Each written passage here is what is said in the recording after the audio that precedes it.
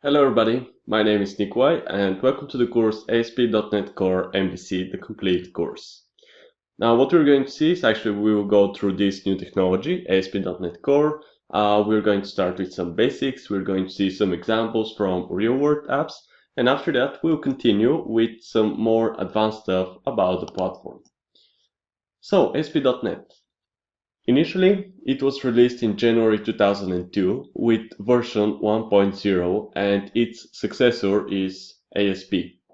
It's built on CLR, which allows programmers to write code which is on any supported language and run it on ASP.NET. For example, that could be C#, F# or VB.NET. ASP.NET successor is ASP.NET Core. Basically, it's reimplementation of ASP.NET as modular web framework together with other frameworks like Entity Framework, which now we have as Entity Framework Core. The new framework uses open source .NET compiler, which is with new codename Roslyn. As you know from previous versions, we got three different platforms. So we got ASP.NET MVC, ASP.NET Web API, and ASP.NET Web Forms. Now, in the new version, MVC 6, basically all that is merged into MVC. So, what we're going to see in this video, well, we'll start with some quick comparison between .NET Framework and .NET Core. After that, we're going to speak a little bit for ASP.NET Core, and we'll finish with showing you top 10 ASP.NET Core features. So, let's make the comparison. Basically, .NET Framework is the full or traditional flavor of .NET that's distributed with Windows. We use this when we want to build desktop apps or work with ASP.NET 4.5 or 4.6. On the other side, we got Xamarin, which is mono. I'm going to say just some quick words. So Xamarin is used for building mobile apps that can run on iOS, Android, or Windows Phone devices. Now here we're going to speak about .NET Core. .NET Core, on the other hand, is cross-platform .NET that can run on Windows, Mac, and Linux.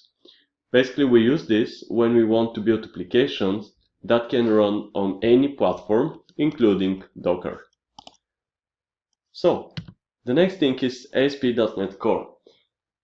Basically, the main difference between ASP.NET and ASP.NET Core are that the first thing is its platform independent feature.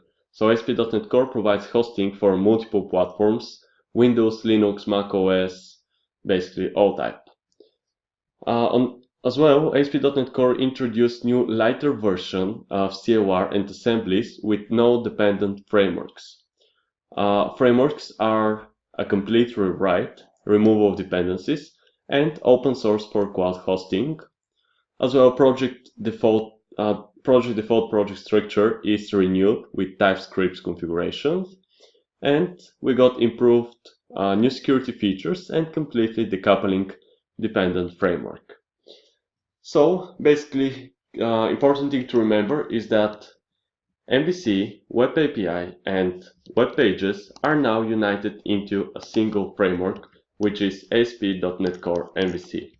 So inside that, you can have some MVC controllers, you can have Web API controllers, or basically web pages if you would like to. Now, what are the top 10 features of ASP.NET Core? Well, the first thing is that, of course, .NET Core can run on multiple platforms.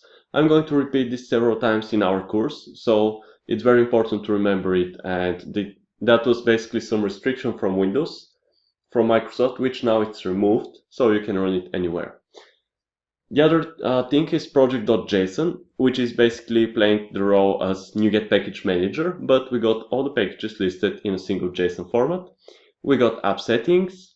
Another new thing is application startup, which we're going to review. We got tag helpers, which are very helpful and for our front end. Another thing is we got view components. Before we had partial views. Now we still have them, but view components are doing a better job for us, and we'll see why. We got built-in dependency injection, so we no more need to install third-party packages like Ninject or Autofuck because we got built-in. Still, third-party are better, they are more extended, but the built-in dependency injection is doing enough work for us. Another thing they introduced is support for gulp, grunt, and power. So now you can use gulp and grunt for minifiers, and you can also use power for installing your client-side packages. Another thing is single programming module for MVC and Web API. So as we already saw, these things are in one, so they're united. And the last thing, top 10, which I added, are static files and the www root folder, which we'll also call web root folder. All of these things, we'll go through them, of course, in our course, and we'll see what are they, why we have them, why they're working that way, and how actually they're working. Thank you very much and enjoy the course.